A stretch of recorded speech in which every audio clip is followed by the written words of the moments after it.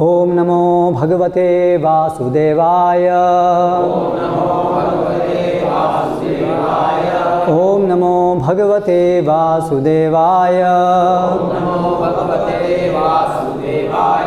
ओम नमो भगवते वासुदेवाय।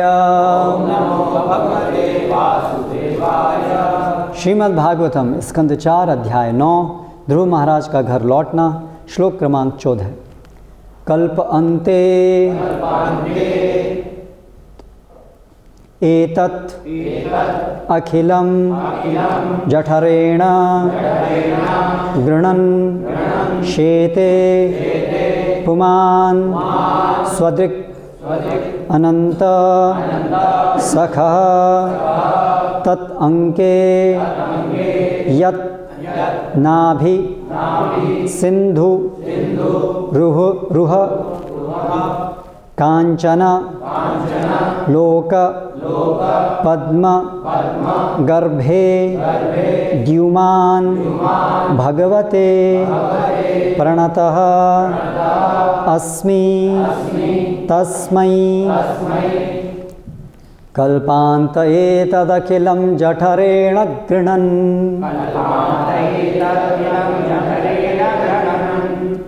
शेते पुमान् स्वदृगनन्तसखस्तदङ्के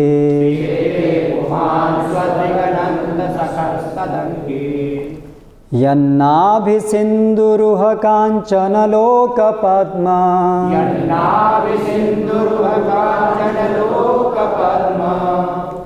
गर्भे द्युमान् भगवते प्रणतोऽस्मि तस्मै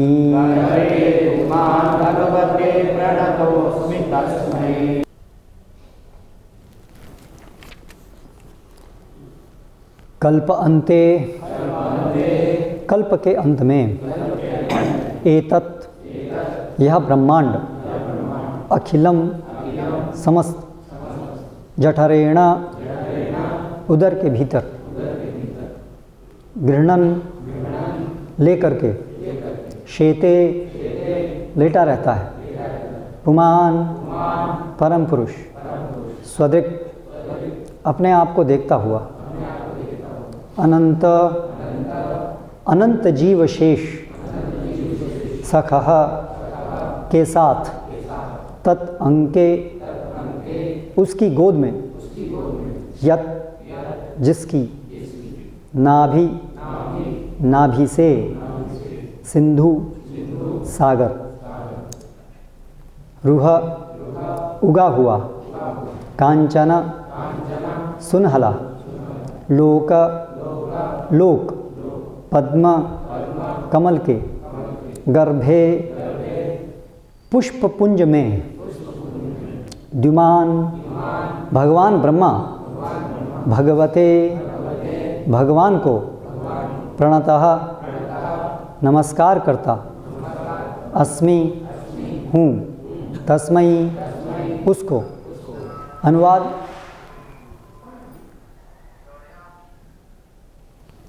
अनुवाद एवं तात्पर्य द्वारा कृष्ण कृपा मूर्ति श्री श्रीमद् अभय चरणारविंद भक्ति वेदांत स्वामी श्री प्रभुपाद। हे भगवान, प्रत्येक कल्प के अंत में भगवान गर्भोदकाशायी विष्णु ब्रह्मांड में दिखाई पड़ने वाली प्रत्येक वस्तु को अपने उदर में समाहित कर लेते हैं। वे शेषनाग की गोद में लेट जाते हैं। उनकी नाभि से एक डंठल में से सुनहला कमल पुष्प फूट निकलता है और इस कमल पुष्प पर ब्रह्मा जी उत्पन्न होते हैं। मैं समझ सकता हूँ कि आप वही परमेश्वर हैं, अतः मैं आपको सादर नमस्कार करता हूँ। तात्पर्य।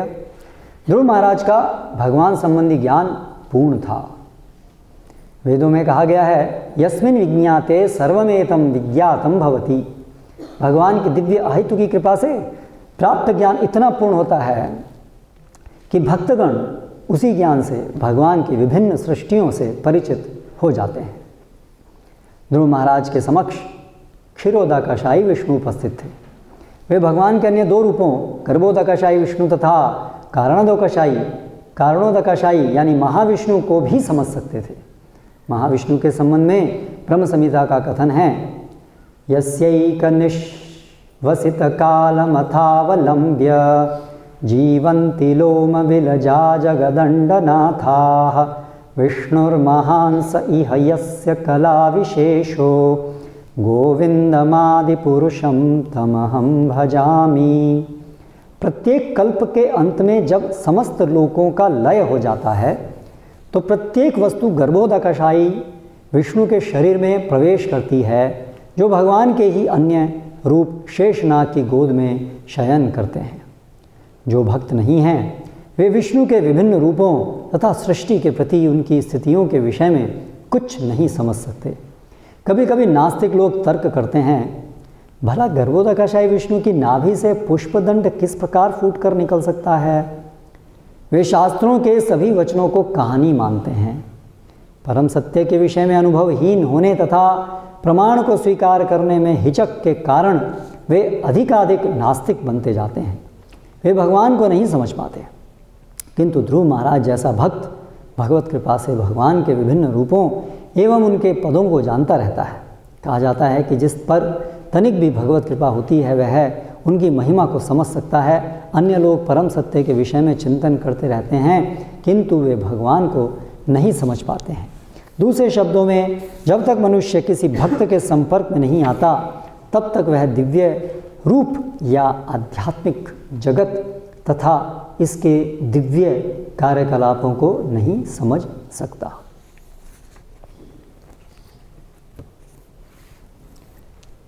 ओम ज्ञानतिमिरान्धस्य ज्ञानञ्जनशलाकया चक्षुरुन्मीलितं येन तस्मै श्रीगुरवे नमः। श्रीचैतन्यमनोभीष्टं स्थापितं येन भूतले स्वयं रूपकदा मह्यं ददाति स्वपदान्तिकं।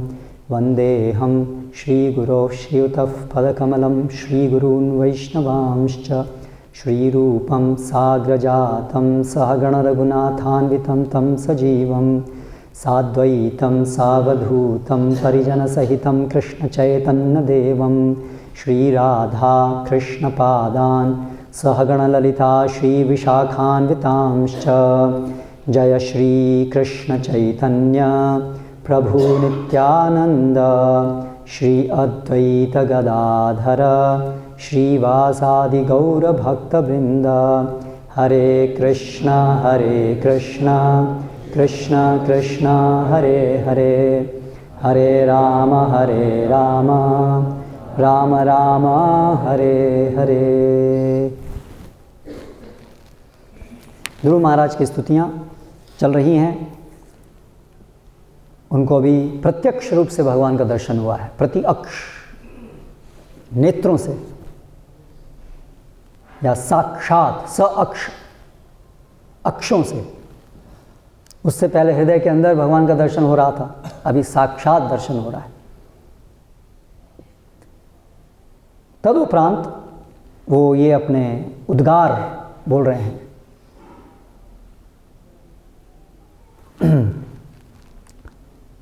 कल के श्लोक में उन्होंने कहा, अभी तक तो मैं इस भौतिक जगत के रूपों को ही देखता आ रहा था, पशु पक्षी अलग अलग प्रकार के जीव जो पूरे ब्रह्मांड में फैली हैं। एक तरीके से ये भी आपका रूप है, विराट रूप, जिसमें आप अपनी शक्तियों के द्वारा सब जगह पर विद्यमान रहते हैं। अभी तक मैं केवल उसी को ही देख रहा था।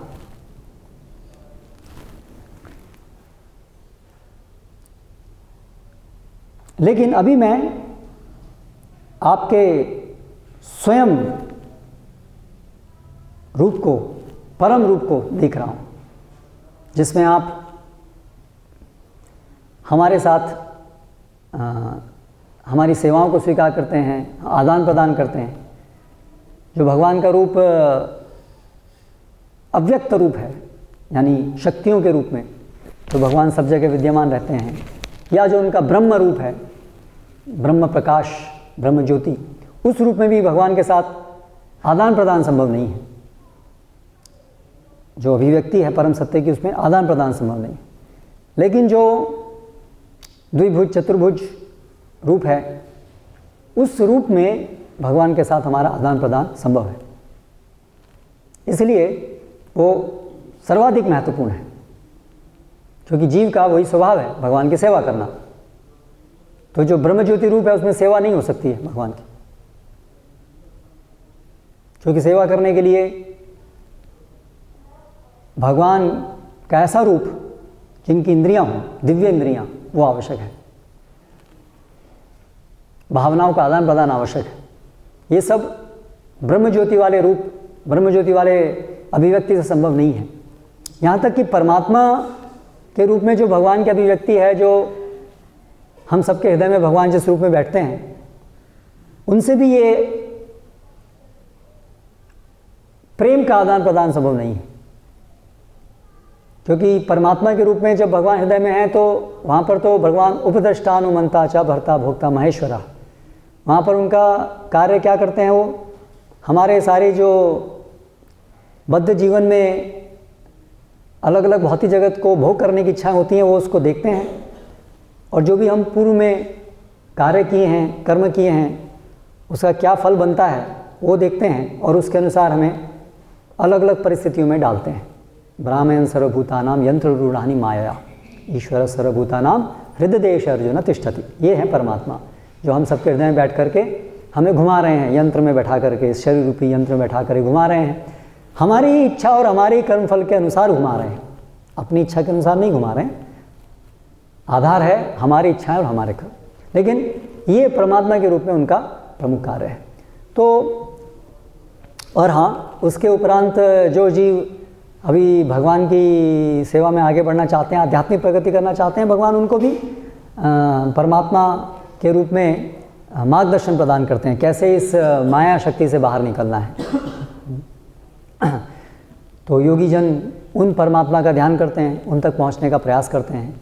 लेकिन जो आध्यात्मिक जगत में शुद्ध अवस्था में जो भगवान के साथ लीलाओं के अंदर जो आदान प्रदान होता है, यानी कि दास्य, सख्य, वात्सल्य, माधुर्य, इन रसों के अंदर जो भगवान की सेवा होती है और जिसमें आदान प्रदान होता है, वो परमात्मा का जो रूप है उनके साथ संभव नहीं होता है।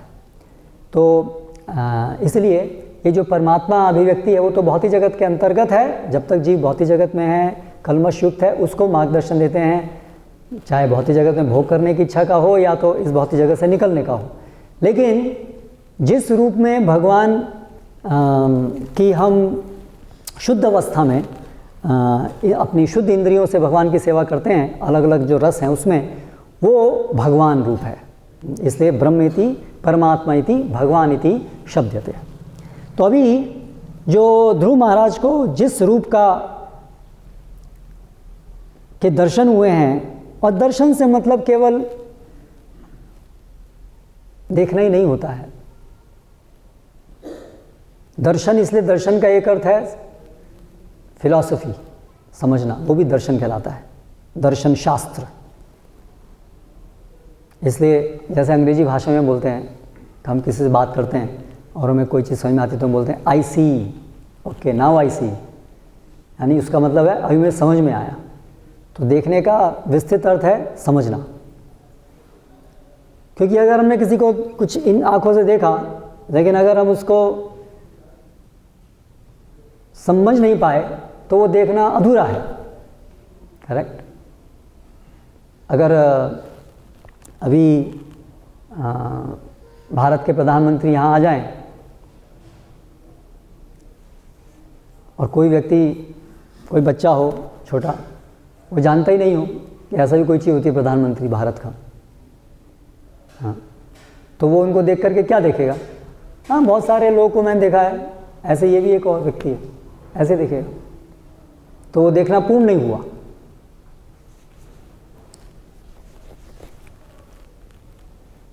तो इसलिए जब ध्रुव महाराज ने भगवान को ये कहा कि मैं अभी आपके इस परम रूप को देख रहा हूँ, पिछले श्लोक में उन्होंने कहा कि अभी तक आप अप्रकट रूप में थे, किंतु मैंने ऐसा परम रूप कभी नहीं देखा था जैसा कि अब मैं देख रहा हूँ, अब मैं आपको देख पा रहा हूँ। तो ये निहित है इसके अंदर कि देख पा रहा हूँ मतलब मैं समझ पा रहा हूँ कि आप कौन हैं, वो देखने का अर्थ है। केवल ऐसा नहीं कि हाँ मैंने पहले नारद मुनि को देखा, उनको देखा, बहुत लोगों को मैंने, सुनीति को देखा, मैंने अपने पिताजी को देखा, अब मैं आपको देख रहा हूँ एक और व्यक्ति के रूप में नहीं, आपको देख रहा हूँ मतलब अभी मैं समझ रहा हूँ, मेरा पूरा मेरी समझ है कि आप आप ही सबके परम नियंता हैं, आप ही भगवान हैं, मेरे परम आराध्य इष्ट हैं, ये सब चीज़ें भी मुझे बोध हो रही हैं, ये सबका साक्षात्कार भी मुझे यहाँ हो रहा है, उसका ये आशा है। इसलिए वो कह रहे हैं अभी किसी भी सिद्धांत के बनाने की आवश्यकता नहीं, अभी मुझे ये सिद्धांत सही है क्या, भगवान हैं नहीं हैं, सैद्धांतिक रूप से मुझे अभी चर्चा करने की आवश्यकता नहीं है, क्योंकि मैं साक्षात देख रहा हूँ, मुझे अनुभव हो रहा है पूरी तरह से, है ना। तो सूर्य अगर आकाश में नहीं है तो आवश्यकता है कि हम कुछ विचारों के माध्यम से समझने की कोशिश करें कि सूरज जैसी कोई चीज़ है कि नहीं है। करेक्ट। जब सूरज उपस्थित नहीं है तो हम ये सब चर्चा की आवश्यकता हो सकती है कि भाई सूरज है कि नहीं है। तो अगर सूरज नहीं है तो फिर ये संसार में अंधेरा अंधेरा रहेगा, लेकिन प्रकाश तो होता है, तो कैसे आएगा फिर प्रकाश, तो सूरज जैसी कोई चीज़ तो होती होगी। ये सब फिर विज्ञान में अंदर जाएंगे तो ये बारिश कैसे होती है, तो सूरज जैसी कोई चीज़ नहीं होगी तो पानी कैसे उड़ेगा, और फिर बादल कैसे बनेंगे। ऐसे करके बहुत सारी तर्क से समझने की आवश्यकता है अगर सूरज आकाश में नहीं है तो। लेकिन जब सूरज उदित होता है तब फिर सामने दिख रहा है ना, अभी फिर उसमें बैठ करके यहाँ पर कैलकुलेशन करने की जरूरत नहीं है सूरज की नहीं है, सामने दिख रहा है। तो उसी प्रकार से अभी ध्रुव महाराज को जो है वो अभी तो उनको पूरी अनुभूति हो रही है, भगवान के साथ उनको पूरी साक्षात्कार हो रहा है, पूरा साक्षात देख रहे हैं और पूरी अनुभूति हो रही है कि यही भगवान है। सब कुछ उनके गुण, उनकी लीलाएं, सब कुछ उनको विदित हो रहा है। तो इसलिए अभी ये सब तर्क वितर्क से समझने की जरूरत नहीं है, अभी सरल हो गया है, अभी साक्षात हो गया है। तो यही हमारा अंततः लक्ष्य है कि हम भी भगवान को पूरी तरह से अनुभव कर पाएँ। भक्ति परेशानुभव, परेशा अनुभव, पर ईश अनुभव, भगवान का अनुभव, ये हमारा लक्ष्य है कि हम भगवान का पूरी तरह से अनुभव कर पाएँ।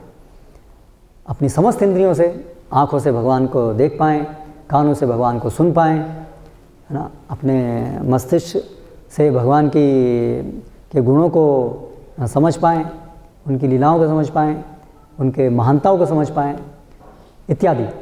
तो ऐसी अनुभूति होना ये हमारे जीवन का लक्ष्य है। और यहाँ पर हमें ऐतिहासिक प्रमाण मिल रहा है कि ऐसा संभव है, ये ऐतिहासिक प्रमाण है। ध्रुव महाराज, ऐसे भागवतम में कितने सारे उदाहरण हैं हमारे शास्त्रों में जिनको ये हुआ, जो हमारा लक्ष्य है वो यहाँ हो चुका है।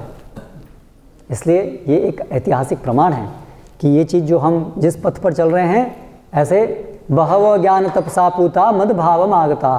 भगवान श्री कृष्ण भगवद गीता बताते हैं, जन्म कर्म चमे दिव्यम एवं यो वेत्ति तत्वथा त्यक्ता देहम पुनर्जन्म नैति मामेति स अर्जुन, कि जो मेरे तत्वता मुझको जानता है वो मेरे पास आता है और फिर पीत राग भय क्रोधा मन मया मामुपाश्रिता बहव ज्ञान तपसा पूता मद भावम आगता। भगवान कहते हैं कि ये जो मैं तुम्हें बता रहा हूँ, ऐसा पहले बहुत लोग इस रास्ते पर चल करके मुझे प्राप्त कर चुके हैं। तो उसी प्रकार से यहाँ पर ये एक प्रमाण है कि ध्रुव महाराज को ऐसा हुआ। तो अभी ध्रुव महाराज ने बोल दिया अब मैं आपको देख पा रहा हूँ। तो भगवान कहते हैं ठीक है, मैं तुम्हारी परीक्षा लेना चाहता हूँ कि तुम मुझे समझे भी हो कि नहीं, या वैसे ही कह रहे हो बस हाँ देख लिया। इसलिए भगवान प्रश्न पूछे, तो बताओ मैं कौन हूँ। तुम बोल रहे हो कि मैं समझ गया, मैं आप दिख रहे हो, मैं आपका दर्शन हो गया, तो बताओ मैं कौन हूँ। बताओ मैं कौन हूँ मतलब कोई आदमी कहता है ना, अच्छा आप हैं, तो पूछता अच्छा कौन हूँ बताओ तो ज़रा, तो उसके बारे में विवरण दो। आप ये हैं, आपका इनका ये, आपका ये काम है, आप यहाँ रहते हैं, आपके पिताजी का नाम ये, आपके बच्चे का नाम ये है, आप ये। विवरण देने से पता चलता है कि हाँ वास्तव में समझा कि कौन है। नहीं तो हाँ कई बार ऐसा होता है हम किसी को समझ नहीं पाते, बातचीत चल रही है लेकिन सब है कौन पता नहीं, बस है हाँ तो कई फिर दूसरा आदमी समझ आता है, शक होता है उसको, समझा भी है कि नहीं समझा। तो ऐसे करके भगवान जो है उनसे पूछे कि अच्छा बताओ तो मैं हूँ कौन। तो अभी ध्रुव महाराज बता रहे हैं कि आप मैं क्या समझाऊँ, जो आज का श्लोक है उसमें, कि क्योंकि वहाँ सामने खड़े हैं लेकिन वो हैं कौन, उनकी वास्तविकता क्या है। अरे आप जो मेरे सामने खड़े हैं वो आप हैं जो कल्प के अंत में ये तद अखिलम, ये सारा का सारा जो ब्रह्मांड है, कल्प के, जब ब्रह्मा जी की आयु खत्म होती है तो वही आप हैं जो सामने खड़े हैं, जो कल्प के अंत में जठरेण गृह्णन्, अपने जठर के द्वारा, अपने पेट में, उदर में आप सब चीज़ को ग्रहण कर लेते हैं। इस पूरे ब्रह्मांड को आप अपने उदर में ग्रहण कर लेते हैं, वही वो हैं आप। यानी उनकी महानता का बोध हो रहा है मुझे, आप कौन है मैं समझ पा रहा हूँ आप कौन है, ये विवरण दे रहे हैं अभी, है ना।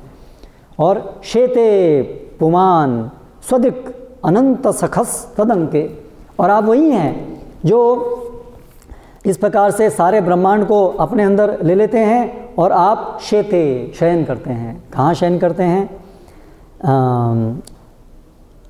अनंत के अंके गोद में। किसकी गोद में? अनंत शेष की गोद में आप शयन करते हैं, वो हैं आप, यानी गर्भोदकाशाय विष्णु। विष्णु तो त्रीणी रूपाणी, तीन भगवान विष्णु जो ये पुरुष अवतार हैं उनके तीन रूप हैं, एक कारणोदकाशाय विष्णु, फिर गर्भोदकाशाय विष्णु और तीसरे क्षीरोदकाशाय विष्णु। तो यहाँ पर जो सारे प्रलय के उपरांत जो सारे ब्रह्मांड को अपने अंदर लेते हैं सबसे पहले, तो वो गर्भोदकाशाय विष्णु होते हैं, तो जो अनंत के ऊपर शयन करते हैं। तो इसलिए बता रहे हैं वो हैं आप। और फिर क्या करते हैं आप? और विवरण दे रहे हैं, यन नाभि सिंधु रुह, जिनकी नाभि जो एक सिंधु के समान है, सागर के समान है, उसमें से यन नाभि सिंधु रुह उत्पन्न होता है कांचन लोक पद्म गर्भे, वो गर्भ के रूप में है, ये जो आपका नाभि है उससे उत्पन्न होता है, गर्भ से शिशु उत्पन्न होता है। तो उसी प्रकार से ये जो आपकी नाभि रूपी जो गर्भ है उसमें क्या उत्पन्न होता है? कांचन,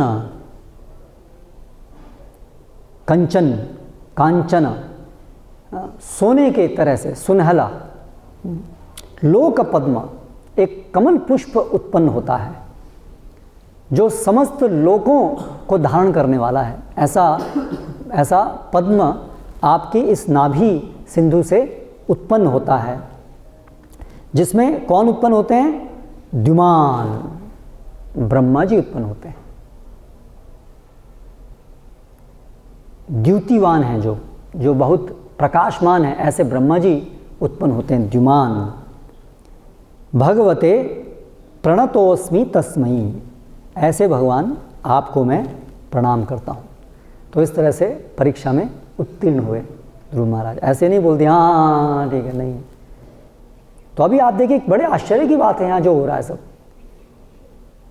हम कहते हैं संसार का क्या है, कितने आश्चर्य हैं संसार के? 7 7 वंडर्स। तो अभी इतना ज़्यादा वंडरफुल चीज़ तो कहीं भी नहीं है। कितने बड़े हैं, कितनी आयु है ध्रुव महाराज की? 5-6 साल ऐसे ही होगी, बहुत। 5-6 साल की आयु, 5-6 साल की आयु में वो ये सब समझ गए कि सृष्टि कैसे उत्पन्न होती है, कैसे प्रलय होती है, क्या होता है, सब समझ गए। हम बात करते हैं प्रोडिजीज की बात करते हैं। अरे भाई ये देखो क्या लड़का है कि इतनी कम आयु में वो है ना, ज्योतिष क्या नाम है उसका? हैं? सॉरी, कोटेले पंडित, कोटेले नहीं, वो भी एक जो लड़का जो है वो बहुत सारी वो कर देता है ज्योतिष का, एक और नाम है ना, सोच इस्कॉन कैसे भी उसका वो है, anyway I don't remember the name. हाँ, सो ऐसे प्रोडिजीज मतलब जो कि बहुत कम आयु में असाधारण चीज़ें जो कर पाते हैं उसको ऐसे बोलते हैं।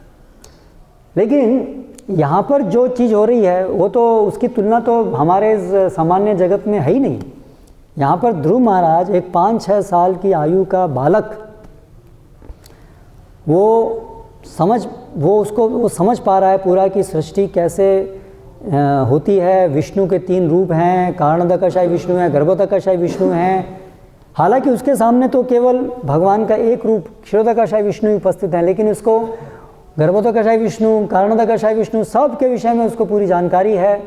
और केवल ये जानकारी केवल थ्योरेटिकल नहीं है, बल्कि वो उसको अनुभव कर रहा है, इन सब चीज़ों को अनुभव कर रहा है। तो इससे जो विचारवान लोग हैं उनकी आंखें खुलनी चाहिए कि ये क्या तरीका है ज्ञान प्राप्त करने का, कैसे ये संभव हुआ, है ना। सर्वश्रेष्ठ ज्ञान प्राप्त करने की ये विधि है और वास्तव में यही एकमात्र विधि है जिससे ऐसे गूढ़ विषयों को समझा जा सकता है कि सृष्टि कैसे हुई है, क्यों हुई है। ये विषय तो अन्यथा समझे ही नहीं जा सकते हैं और यही भूल सारा संसार कर रहा है। बड़े बड़े वैज्ञानिक वो भी यही भूल कर रहे हैं कि वो ऐसी विधि से सृष्टि के निर्माण इत्यादि के विषयों को समझने का प्रयास कर रहे हैं जो विधि नाकाम है ऐसे विषयों को समझने के लिए। लेकिन क्योंकि वो हठी हैं इसलिए वो समझेंगे नहीं, वो उसी रास्ते पे चलते रहें जिससे संभव नहीं। तो क्या है उनका रास्ता?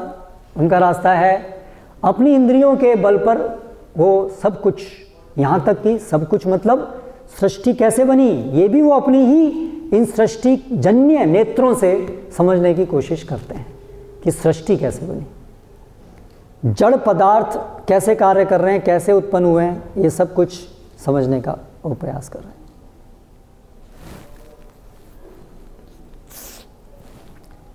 तो परिणाम क्या है? क्या समझ पा रहे हैं हम लोग वैज्ञानिक गण सृष्टि के विषय में? तो इतने सेंचुरीज, कई 100 सालों के प्रयास के बाद भी कोई स्पष्ट समझ नहीं है कि सृष्टि कैसे, क्या निर्माण हुआ है, कैसे हुआ है। सृष्टि है ही क्या, विस्तृत रूप में और आणविक रूप में, दोनों रूप में हम बहुत ही हमारी समझ जो है बहुत अल्प है। डींग बड़ी बड़ी हाँक सकते हैं हम लोग, लेकिन वास्तविकता में हम बहुत कम जानते हैं। जो ये कॉस्मोलॉजी को लेकर के बड़ी बड़ी बातें ऐसे कॉन्फ्रेंसेस में होती हैं, लेकिन उसमें बहुत कल्पना है, स्पेकुलेशन है उसमें बहुत। जो लोग उस विषय की गहराई में जाते हैं वो जानते हैं कि इसमें कितनी मनगढ़ंत बातें वहाँ हो रही हैं विज्ञान के नाम पर। और उसी प्रकार से आणविक स्तर पे देखें तो भी ऐसे ही है, क्योंकि ये विषय बहुत जटिल है, ये विषय बहुत जटिल है। ये सब चीज़ें हमारी बुद्धि क्षमता, हमारे इन जड़ नेत्र और बुद्धि इत्यादि के बहुत बहुत बहुत परे की चीज़ है। इसलिए जैसे जैसे हम अंदर जाते हैं, इन बड़े बड़े विषयों को जाते हैं, तो उनकी जटिलताओं में पूरा फंस जाते हैं। इसलिए वर्तमान जो विज्ञान है वो इन जटिलताओं में पूरा फंसा हुआ विज्ञान है ना। पहले शुरू में जब विज्ञान शुरू हुआ तब तो आधारभूत बेसिक ग्रॉस स्थूल चीज़ों को समझने का प्रयास था, तो उसमें तो सफलता मिलती हुई दिखाई दी। अरे ये भी जान लिया, अभी ये भी जान लिया, अभी ये भी हो गया, ये भी हो गया, तो बड़ा उत्साह आ गया, अरे विज्ञान से हम सब कुछ समझ लेंगे। फिर चलते गए चलते गए चलते गए चलते गए, तो अभी लेकिन जैसे जैसे और जटिलताओं में अभी जा रहे हैं, तो उसके बाद जो चीज़ पहले लग रहा था कि हम समझ रहे थे, समझ गए हैं, अभी वो लग रहा नहीं, ये तो नहीं समझे थे। जैसे जीन, एक बायोलॉजी के अंदर धीरे धीरे प्रगति करते करते करते लगा कि एक जीन जैसी एक चीज़ होती है जहाँ पर कि जो हमारे शरीर का निर्माण होता है उसका DNA वो सब होते हैं, तो उसके अंदर अलग अलग पॉइंट पर अलग अलग विशेष उनके पुंज होते हैं जिनसे एक विशेष प्रकार का हमारे शरीर का जो गुण है वो उसके द्वारा बनता है। तो ऐसा वैज्ञानिकों ने, ऐसा नहीं कि वो ऐसे आपको आसानी से बस दिख जाता है, वो बहुत सारी उसमें कल्पनाएं करनी पड़ती हैं कि ऐसा कुछ होगा। लेकिन फिर उसके बाद में धीरे धीरे पता चला ये DNA में ये तो यहाँ होना चाहिए, लेकिन ये तो अभी किसी और के साथ में मिल जा रहा है, गुण अलग अलग बदल जा रहे हैं, क्या हो रहा है। तो फिर जंपिंग जीन और जीन जो है वो एक जीन ये भाग टूट के दूसरे के साथ मिलता हुआ दिखाई दे रहा है यहाँ, तो पूरा जंप करते करते भी वैज्ञानिक परेशान है आखिर जीन है भी कि नहीं है। तो ऐसे करके जितना उसमें गहराई में जाएंगे, ऐसे ही कॉस्मोलॉजी में हर चीज़ में जितना अंदर जाते हैं उतना पूरा बिविल्डर हो जाते हैं, ये वास्तविकता है। अगर विज्ञान में आप गहराई में जाएंगे तो जितना बाहर से लगता है कि जानते हैं, अंदर से आप जाएंगे तो उतना ही अनिश्चितताएं हैं बहुत सारी। We seem like lost, we seem to be lost. तो ऐसा है। सो और आप देख लीजिए, चलिए वो चीज़ तो जब आप कहेंगे वैज्ञानिक इस तरह से भाई पता नहीं वो तो क्या सकते हैं, लेकिन आप देखिए जो उनका पूरा जो भी उनकी समझ है उसके आधार पर जो उसका प्रकटीकरण कर रहे हैं, सोशल थ्योरीज बना रहे हैं, है ना, समाज कैसे चलना चाहिए। तो उनकी थ्योरी है कि सब पहले जो है, आपको पता ही है हम सब बंदर थे पहले, और उसके बाद जानवर क्या करते हैं, आपस में लड़ाई करते हैं सब, हाँ दांत दिखाते हैं और पंजे से एक दूसरे से फटते हैं खाने के लिए। तो ऐसे थे हम सब लोग। तो उसी में फिर उत्क्रामंती होते होते मनुष्य बन गया। तो अभी तो बंदर ही था थोड़े दिन पहले तक। तो इसीलिए उसके अंदर भी यही स्वभाव है कि हमें एक अपना एक ग्रुप बनाना है और दूसरे ग्रुप वालों से झगड़ना है, लड़ना है, अपनी सत्ता को स्थापित करना है। तो ऐसे करके अलग अलग ट्राइब्स बन गई अलग अलग गुट बन गए, ट्राइब्स बन गई अलग अलग, और अपनी सत्ता को स्थापित करने के लिए आपस में झगड़ते थे।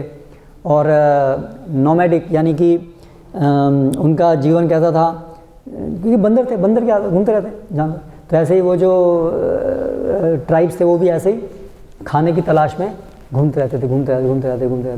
फिर धीरे धीरे घूमते घूमते उनको एक दिन समझ में आया, अरे यार ये अनाज तो ऐसे ज़मीन में बीज होता है, बीज से ये उत्पन्न होता है, तो अगर हम बीज डालेंगे तो वो अनाज हो जाएगा। तो घूमने की ज़रूरत नहीं है, एक ही जगह पे बार बार बीज डालते जाओ और फसल उगती रहेगी, उसको काटते रहो, खाते रहो, तो घूमने की जगह एक ही स्थान पर रह जाओ।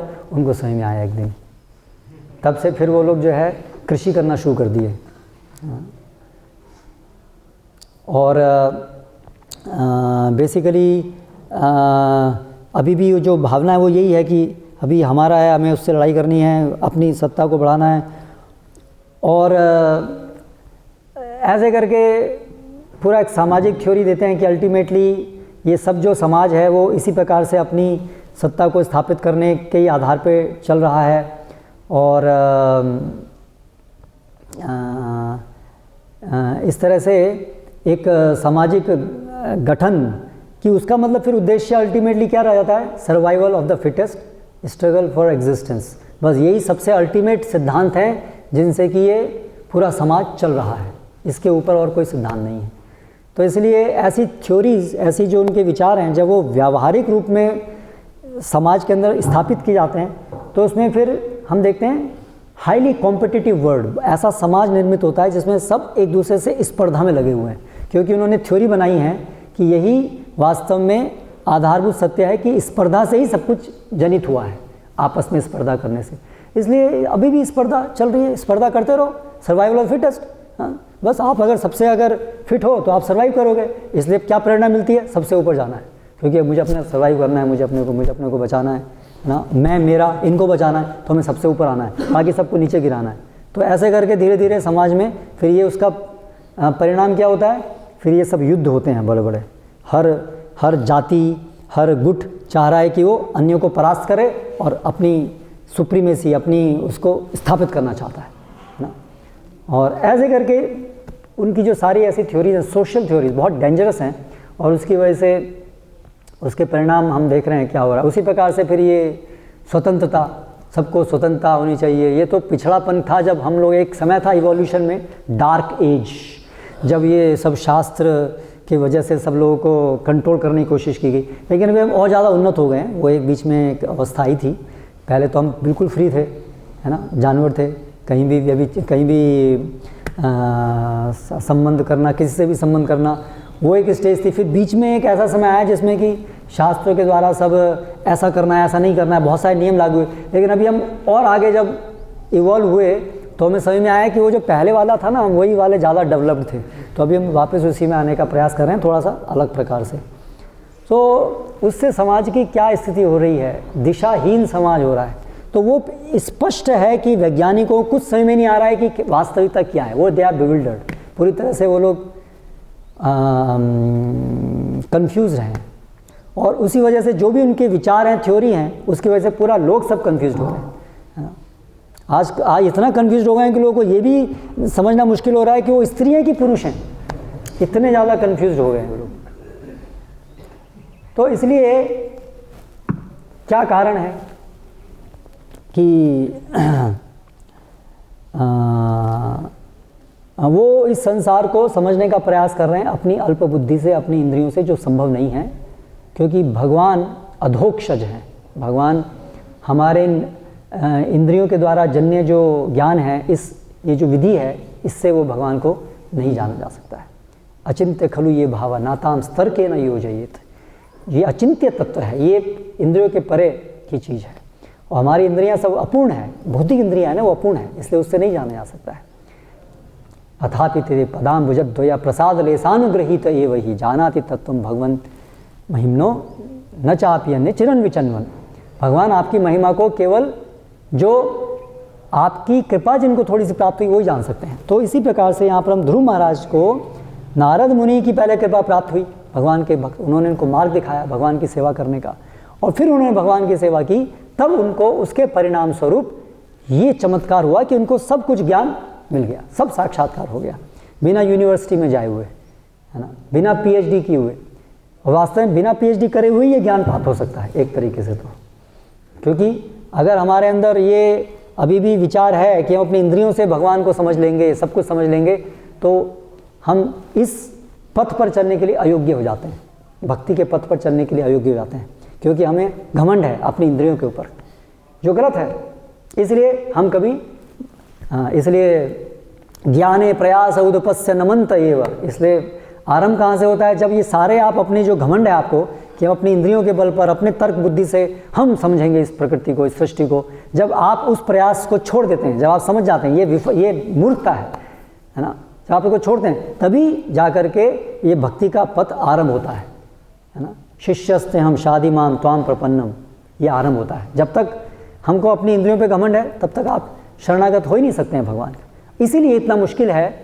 बड़े बड़े वैज्ञानिक हैं, बड़े बुद्धिमान हैं एक दृष्टि से, लेकिन क्योंकि उनका अपना इंद्रियों के ऊपर बहुत घमंड है, जब तक वो घमंड टूटेगा नहीं, छूटेगा नहीं, तब तक वो भगवान को शरणागत नहीं हो पाएंगे, भगवान के भक्तों को शरणागत होकर के सुनेंगे नहीं, तब तक उनके लिए ये भगवान और ये सृष्टि को समझना पहेली बना रहेगा। जैसा कि आजकल बना हुआ है, ऐसा ही बना रहेगा और इसी प्रकार से चलता रहेगा। तो हमारे लिए ये एक बहुत महत्वपूर्ण चीज़ समझने की है कि हमें बड़े विश्वास के साथ इस पथ पर आगे चलना चाहिए, क्योंकि इसके ऐतिहासिक प्रमाण हैं, शास्त्र प्रमाण हैं, सब प्रकार के प्रमाण हैं। तो जिस प्रकार से ध्रुव महाराज को साक्षात्कार हुआ, पूरी तरह से वो भगवान का अनुभव कर पाए, उसी प्रकार से धीरे धीरे हम जैसे जैसे महाजनों के दिखाए रास्ते पर चलेंगे, एक के बाद एक ये सब चीज़ें होंगी। तो ये जो अवरोह पंथ है, जिसमें भगवान का हम साक्षात्कार करते हैं भगवान की कृपा से, उसके अंदर ये स्टेजेस, ये अलग अलग क्रमबद्ध होकर के हम इन स्थितियों से गुजरते हैं। सबसे पहले प्रत्यक्ष, फिर उसके बाद परोक्ष, फिर अपरोक्ष, अधोक्षज और दिव्य प्रत्यक्ष। ये 5 साक्षात्कार की सोपान हैं। सबसे पहले हम अपनी इन जड़ नेत्रों से ऐसे व्यक्ति के संपर्क में आते हैं जो भगवान का साक्षात्कार किए हुए हैं, जिनको गुरु कहते हैं, है ना। तो हम इन जड़ नेत्रों से उनकी सेवा करना आरंभ करते हैं, उनसे सुनना आरंभ करते हैं। तो ये प्रत्यक्ष अवस्था है। उसके बाद परोक्ष, फिर उनके माध्यम से हम ऐसी चीज़ों को सुनते हैं, जान पाते हैं जो हमारे प्रत्यक्ष में नहीं है। जैसे हम ये सब विषय गुरु से सुनते हैं कि भगवान है, अभी हम अपनी इंद्रियों से तो नहीं देख सकते, लेकिन गुरु के द्वारा हम ये सुनते हैं, ये विषय भगवान है, भगवान ये है, ये ऐसा भगवान इसलिए सृजन करते हैं, इस प्रकार सृजन करते हैं इत्यादि। इस तरह से परोक्ष। फिर अपरोक्ष अगली अवस्था आती है, जिसमें सुनते सुनते सुनते गुरु की सेवा करते करते करते, अधिकृत विधि का पालन करते करते, जैसे जैसे हमारी चेतना शुद्ध होती है, हमारी इंद्रियां शुद्ध होती हैं, वैसे वैसे वो जो अपरोक्ष चीज़ें हैं, जो हम साक्षात नहीं कर पा रहे हैं, केवल सुन रहे हैं, वो चीज़ें अधिक से अधिक हमें स्पष्ट होती जाती हैं, अधिक से सब चीज़ें स्पष्ट होती जाती हैं, है ना। तो वो है अपरोक्ष। अभी वो केवल परोक्ष नहीं रह जाता है, अभी केवल बस थ्योरी नहीं रहती है, बल्कि वो बहुत स्पष्ट था, हम उसको साक्षात्कार समझ पाते हैं। और फिर उसके बाद और आगे शुद्धता होती है चेतना की, तो उसके बाद अधोक्षज स्थिति आती है। अधोक्षज स्थिति के अंदर इस सृष्टि के अंदर जो सूक्ष्म तत्व हैं, जिनको हम पहले अपनी इन इंद्रियों से अनुभव नहीं कर पा रहे थे, वो चीज़ें भी अभी हम अनुभव कर पाते हैं, है ना। तो इस स्थिति में जो इस संसार के अंदर जो भी अलग अलग चीज़ें हैं, सूक्ष्म से सूक्ष्म चीज़ भी, वो भी हम अनुभव कर पाते हैं। और उसके बाद अंतिम अवस्था आती है दिव्य प्रत्यक्ष, अधोक्षज, जिसके अंतर्गत हम आध्यात्मिक जो तत्व हैं उनका अनुभव कर पाते हैं, उनका साक्षात्कार कर पाते हैं, है ना। भगवान के दिव्य नाम रूप गुण लीलाओं का साक्षात्कार कर पाते हैं, है ना। आत्मा को पूरी तरह से साक्षात्कार कर पाते हैं। ये सब का हम साक्षात पूरी तरह से इनका अपनी इंद्रियों से अनुभव, पूरी तरह से मतलब भगवान तो अनंत हैं, लेकिन जितना संभव है अपनी शुद्ध इंद्रियों से भगवान का अनुभव कर पाना, उतना हम कर पाते हैं। तो इस प्रकार से ये भगवान की कृपा से ही ये पूरा पथ चलता है। हर जगह हर स्टेज में भगवान की कृपा से ही कार्य होता है, और वो अंततः भगवान की कृपा की परिणति है कि हमें पूरी तरह से भगवान की सेवा के प्रति हम उत्सुक हो जाते हैं, और उत्सुक हो जाते हैं भगवान की सेवा कैसे करनी है इसको पूरी तरह से समझ पाते हैं, जिससे हम भगवान को प्रसन्न कर पाते हैं। ये है भगवान की महत कृपा, परम कृपा की अभिव्यक्ति, है ना। तो भगवान के दर्शन करने का मतलब क्या है? पूरी तरह से उनकी सेवा करने के लिए तत्पर होना, ये दर्शन का सार है ना। केवल ऐसा नहीं है कि एक्सरसाइज है आँखों की, जैसे हम कभी जाते हैं साइट सीइंग पे जाएंगे, ऐसे नहीं है भगवान को देखने का मतलब साइट सीइंग करने जाएंगे, भगवान को देख लिया, हाँ देख लिया, नहीं। भगवान को देखने का अर्थ है स्फुरित होना भगवान की सेवा करने के लिए, है ना। तो ये भक्ति का सार है कि हम स्फुरित हों। तो जैसे श्रील प्रभुपाद आई थिंक इस तात्पर्य में, पिछले तात्पर्य में, इससे पहले के तात्पर्य में बोले कि भगवान का साक्षात्कार हो रहा है, कैसे समझेंगे? अगर भगवान की सेवा करने के प्रति उत्साह बढ़ रहा है तो यानी कि भगवान का साक्षात्कार हो रहा है, उसमें हम आगे बढ़ रहे हैं।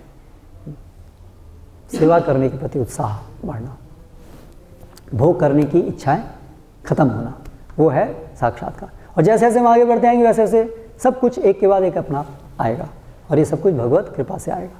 तो जो हमारा मनोभाव है वो आरंभ से सही होगा तो ये सब क्रमिक रूप से ये सब चीज़ें प्राप्त होंगी। लेकिन अगर हमारा जो भावना है, दृष्टिकोण है, समझ है, आरंभ से यदि वो उसमें कुछ त्रुटि है तो फिर हम सीधे सीधे रास्ते पे नहीं चल पाएंगे, भटक जाएंगे रास्ते से, मतलब भटके हुए ही होंगे आरंभ से ही, अगर दृष्टिकोण सही नहीं है हमारा। इसीलिए ये सब आधारभूत समझ कि भगवान का साक्षात्कार भगवत कृपा से प्राप्त होगा। अंततः भगवान जो रास्ता हमें दिखा रहे हैं, भगवत भक्तों के मार्गदर्शन में चलना, उससे चल कर के हम भगवान की कृपा को आकृष्ट करते हैं। लेकिन अंततः जो भी हमें प्राप्त होगा वो भगवान की कृपा से प्राप्त होगा। इस प्रकार के मनोभाव से हमें अपनी भक्ति क्रियाओं को करना चाहिए। ठीक है, यहाँ पर समाप्त करते हैं। हरे कृष्णा। इस विषय में किसी का अगर कोई प्रश्न है, कोई टिप्पणी है तो कर सकते हैं।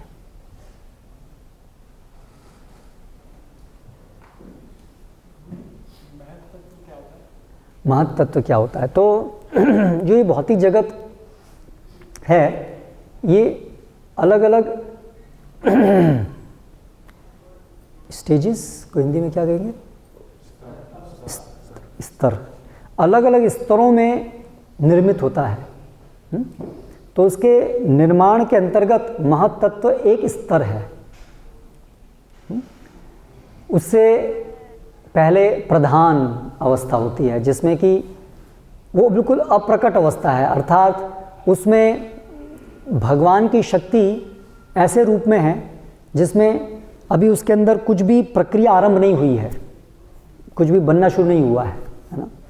जैसे घर बनना है तो अभी ईंट बननी है पहले, फिर ईंट चुननी है, दीवार बननी है, अलग स्टेजेस है ना। और ईंट से पहले की भी स्टेज है, केवल मिट्टी है। तो ऐसे करके तो महत तत्व एक अवस्था है इस पूरे सृष्टि के निर्माण के अंतर्गत। उस अवस्था में तीन गुण जो हैं, प्रकृति के तीन गुण हैं, वो प्रकट होते हैं, और जीव जो हैं प्रकृति के अंदर गर्भस्थ होते हैं। उससे प्रधान के अंदर जीव नहीं है, केवल प्रकृति है, केवल ऐसी वो एक अवस्था है।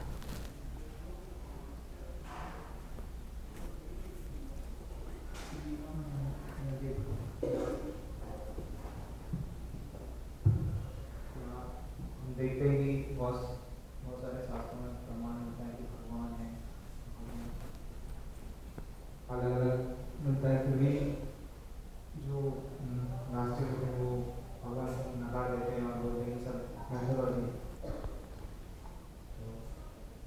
तो हम उनको कैसे बताएं कि एक्चुअली मैथोलॉजी नहीं है? और उनको तो पहले बोलना चाहिए देखिए ना देखी जत जत अभक्त रगण उल्लू के ना देखे जे न सूर्य र किरण। पहले तो ये बोलना चाहिए। इसका अर्थ तो आप लोग नहीं समझे होंगे, ज़्यादातर लोग आप तो नहीं समझे होंगे, कम से कम नहीं। क्या समझे बताओ?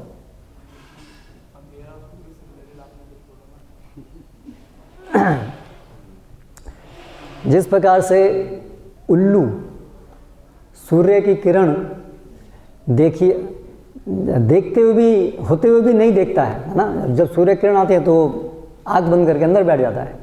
तो उसी प्रकार से देखिए ना देखे जत अभक्त रगण, ये जो अभक्त हैं ये देख करके भी नहीं देखते हैं, जैसे उल्लू। तो पहले तो आप उल्लू हैं आप मतलब भले हम उनसे ना बोलें, लेकिन ठीक है, उनको हम थोड़ा धीरे धीरे बता सकते हैं, लेकिन वास्तविकता ये है। तो अभी इसीलिए वो भी है ना, त्वमशील रूप चरितै परम प्रकृष्टै सत्वेन सात्विकतया प्रबलैश्च शास्त्रैर। सब शास्त्रों में बताया गया है। भगवान स्वयं यहाँ आते हैं तब स्पष्ट होता है। और प्रख्यात दैव परमार्थ विदाम मतैश्च, जो भगवान के महान भक्त हैं प्रख्यात, वो भी अपने अनुभव से बताते हैं कि ये सत्य है। लेकिन नैवासुर प्रकृतया प्रभवन्ति बोधुम, लेकिन जो असुर हैं ये सब होने पर भी, इतने सारे प्रमाण होने पर भी वो समझने के लिए तैयार नहीं। तो ये सब माइथोलॉजी है। ओके, तो वास्तविक थियोलॉजी क्या बताइए आप? सृष्टि कैसे निर्माण हुई है, ये तो माइथोलॉजी है, ठीक है, ये तो गलत है। तो आपकी समझ क्या है और किस आधार पे वो समझ है, तो उनसे पूछना चाहिए। तो उनको हमें बताना चाहिए कि आपका जो तरीका है वही गलत है। आप तो अपनी इंद्रियों समझने की कोशिश करें, आपकी इंद्रिय तो अपूर्ण है, आपका तरीका ही गलत है, आप कैसे समझेंगे? ऐसा उनको बताना चाहिए। और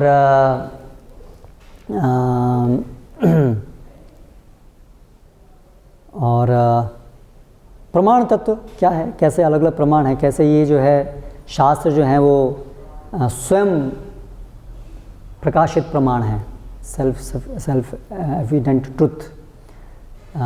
तो वो उनको समझाना चाहिए। तो उसके लिए आप पुस्तकें पढ़िए, प्रभुपाद जैसे समझाते हैं, है ना, उस प्रकार से हमें उनको समझाना है। अब ये तो विस्तार का विषय है, तो आप पढ़िए, धीरे धीरे वो आपका आएगा समझ। यस जी। आप बताएं भक्ति का सार, आप बता रहे थे कि सेवा का और ज़्यादा इच्छा होना पूरी सुना।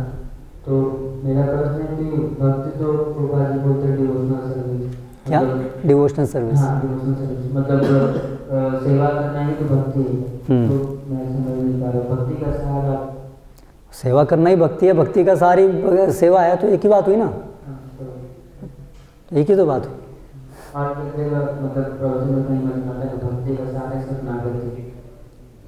हाँ, मतलब शरणागति जो है वो भक्ति का प्रवेश द्वार है। इस तरीके से वो महत्वपूर्ण है, प्रवेश है।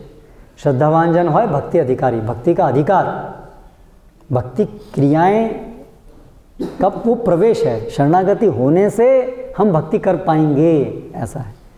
तो प्रवेश है वो शरणागति।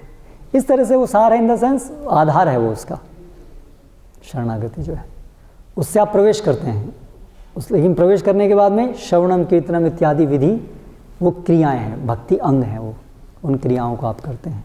उसमें फिर से साधु संग जो है वो उन क्रियाओं को करने का एक आधारभूत नियम है, उन्हीं के आधार पे ये क्रियाएं होंगी, उसके बिना क्रिया नहीं होंगी। तो ऐसे ये शब्द सब अलग अलग समय अलग अलग परिप्रेक्ष्य में यूज़ किया जा सकते हैं, उसको आप उसके आपस में इंटररिलेशनशिप समझिए।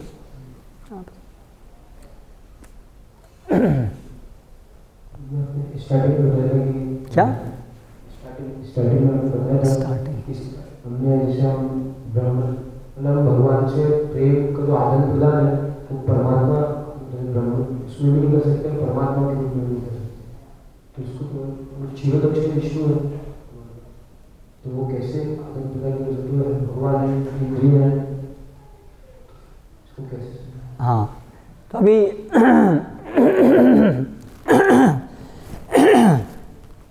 क्षीरोदकशाई विष्णु के रूप में एक्चुअली अभी ध्रुव महाराज जो हैं उनको भगवान इस रूप में अभी प्रकट हुए हैं, लेकिन ध्रुव महाराज केवल यही रूप के अंदर भगवान उनके साथ आदान प्रदान नहीं कर रहे हैं, क्योंकि भगवान तो उनके साथ उनको ध्रुव लोक दे रहे हैं और तो भगवान इस रूप में प्रकट हुए हैं क्योंकि भगवान रूप के अंदर सारे रूप हैं उपस्थित। तो एक्चुअली जो उनको जो पूरा साक्षात्कार हुआ है वो पुरुष अवतारों का भी हुआ है, भगवान का भी हुआ है।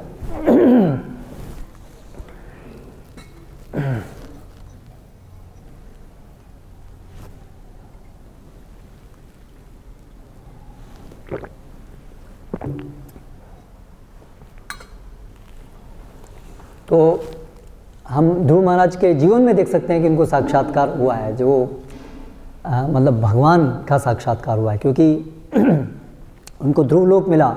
उनकी तो इच्छा भी नहीं थी कि वो उनको ध्रुव लोक मिले और भगवान वहाँ उनके द्वारपाल के रूप में वहाँ पर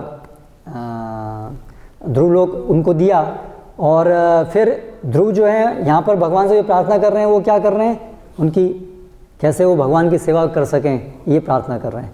तो इन प्रार्थनाओं से हम समझ सकते हैं कि उनकी अभी जो साक्षात्कार है उनको भगवान का साक्षात्कार। जब कोई व्यक्ति सेवा करने की प्रार्थना करता है भगवान से, तो सेवा जो है वो यहाँ से शुरू होती है, दास्य से शुरू होती है। तो जहाँ पर ये दास्य सख्य सेवा जहाँ पर है, सेवा भावना, सेवा करने की इच्छा, इसका मतलब भगवत साक्षात्कार है।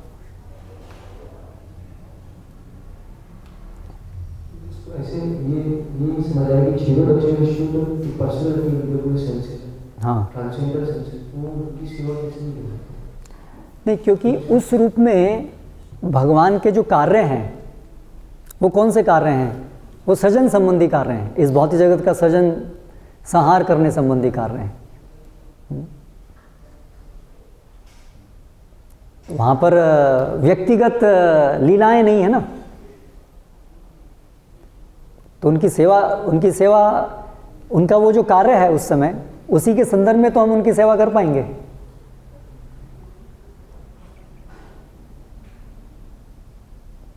कोई भी व्यक्ति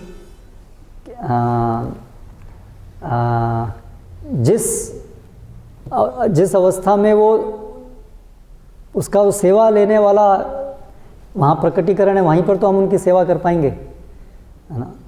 अन्यथा उनकी सेवा हम कैसे करें। जैसे परमात्मा का रूप है, वो परमात्मा के साथ में वहाँ पर जो रहते हैं, कौन लोग रहते हैं, जो केवल परमात्मा हैं, कितने महान हैं, बस ये अनुभूति करते हैं। परमात्मा को दूध पिलाने का काम नहीं होता है। परमात्मा को अभी आप जो है ऑफरिंग लगा करके उनको दे रहे हैं, वो परमात्मा वहाँ पर ये कार्य नहीं होता है। तो इसलिए जो व्यक्तिगत जो सेवा है वो वहाँ पर केवल मुक्ति प्रार्थी जो जीव हैं वो वहाँ रहते हैं परमात्मा के लोक में। केवल मुक्ति प्राप्त है, भगवान का ऐश्वर्यवान रूप है, उसके दर्शन कर रहे हैं बस। कोई एक्टिव सर्विस नहीं है। शांत रस हो सकता है मैक्सिमम, लेकिन एक्टिव सर्विस, चरण कमल नहीं दबाए जाते परमात्मा के, लेकिन गोलोक में जो है भगवान कृष्ण के वहाँ पैर दबा सकते हैं, ये सेवा वहाँ कर सकते हैं, ठीक है। लेकिन परमात्मा के साथ में ये नहीं कर सकते हैं।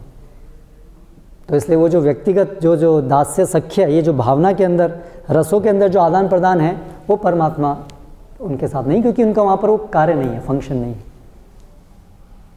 नारद मुनि को एक बार नारद मुनि को हाँ, वो दर्शन दे रहे हैं, वो ठीक है, उस रूप में दर्शन दे रहे हैं। भगवान का ही वो रूप है, भगवान उस रूप में दर्शन दे रहे हैं, वो ठीक है। लेकिन नारद मुनि जो हैं वो भी भगवान के साथ आदान प्रदान करते हैं, उनसे अलग अलग विषय में बातचीत करते हैं, इसका क्या हुआ, उसका क्या हुआ, अलग अलग प्रकार से उनकी सेवा करते हैं। तो वो भी केवल परमात्मा तक साक्षात्कार सीमित नहीं है, भगवत साक्षात्कार है उनको भी। तो उनकी क्रियाओं, सेवा की क्रिया समझ सकते हैं, जिसका दास्य सख्य इनमें से कोई एक रस के अंदर सेवा का संबंध स्थापित है तो वो भगवत साक्षात्कार है, वो परमात्मा साक्षात्कार नहीं है। परमात्मा साक्षात्कार केवल वहाँ तक जहाँ तक केवल जिनको मुक्ति की कामना है, बस मुझे भगवान आप जैसा ऐश्वर्य प्राप्त हो जाए, आप जैसा लोक प्राप्त हो जाए और मैं आपको देखता रहूँ, बस वहाँ पर हम कहेंगे कि उनको भी केवल परमात्मा तक का ही ज्ञान है। भगवान का वो जो भी रूप है वो केवल परमात्मा तक उसकी अंडरस्टैंडिंग है उनकी। मेन बात है समझ किसकी है। भगवान फिर किसी भी रूप में प्रकट हो सकते हैं, वो दूसरी बात है, पर है तो वो समझ क्या है उसकी, उसको वो समझ मतलब उसके प्लेटफॉर्म पर वो एक्ट कर पा रहा है, उसको समझ कहेंगे। अगर कोई दास्य के स्तर पे एक्ट कर पा रहा है, कार्य कर पा रहा है, यानी कि इसकी वो समझ है भगवान की, तभी तो वो उस प्लेटफॉर्म पर एक्ट कर पा रहा है, कार्य कर पा रहा है। ठीक है, हरे कृष्णा। श्रील प्रभुपाद की जय।